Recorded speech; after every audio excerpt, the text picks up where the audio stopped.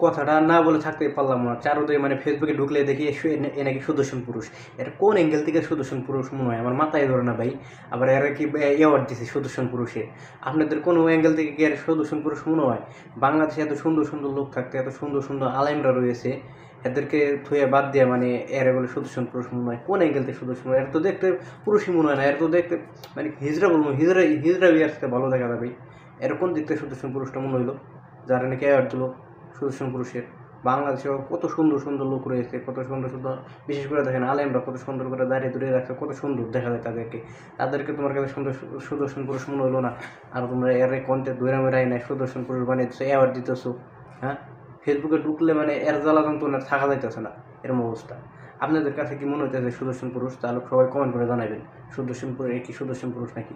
আমাদের দেশে এত সুন্দর সুন্দর লোক রয়েছে, কিন্তু তাদের মধ্যে থেকে একটা বাছাই করে সুদর্শন পুরুষের অ্যাড দেবো, মেনে নেওয়া যায়। এরকম কোন অ্যাঙ্গেল থেকে আমরা মানে কোনোভাবে মাথায় ধরতেছে না যে এই সুদর্শন পুরুষ। ঠিক আছে, আমার কাছে ভাই বলতে গেলে এর ওর এক সাইডে একটা হিজড়া আছে, ঠিক আছে, হিজড়ারে অনেক সুন্দর দেখা যায়। বিশেষ করে দেখবেন যারা জন্মগতভাবে মেয়ে হিজড়া আছে, এদেরকে আরও সুন্দর দেখা যায়। তো ওরা কোন দিক থেকে এরতে হিজড়াও মনে হইতেছে না, আবার পুরুষও মনে হইতেছে না।